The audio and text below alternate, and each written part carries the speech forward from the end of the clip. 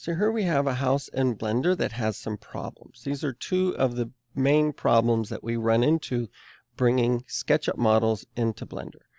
One of them is that all of these different individual SketchUp pieces means we can't just select one thing and rotate it and have the whole house spin. This means that the house was not grouped. So we'll have to do that in SketchUp.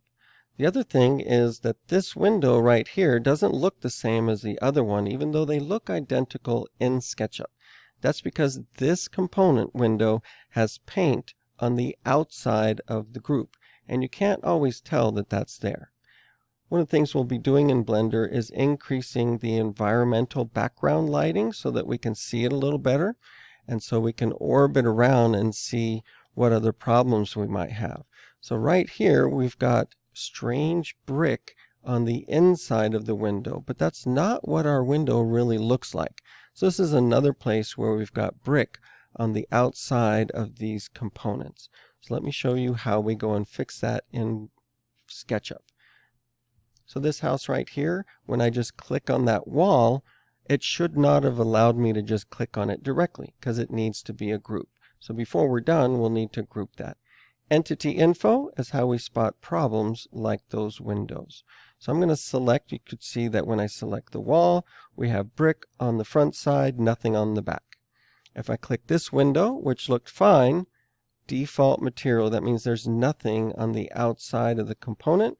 But when I select this window, you can see that there's that pink color on the outside. I'm going to assign the default material to make sure that it's not on the window anymore. Doesn't change the appearance because all of these had been painted. So we couldn't tell here in SketchUp. If we were to have exploded that window, the unpainted reverse sides would all turn pink, and then you've got a real issue on your hands. So I am going to just examine each and every one of these components before I take the trouble to export, unzip, bring it into Blender, change my settings so I can see it, and then discover that there's yet another problem.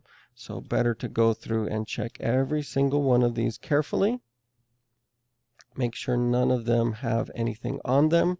Press Ctrl A to select all, right click, and make that one big group out of the whole house. So when you click on it, you get that blue bounding box. And this is a house that it's worth trying to see it in Blender then.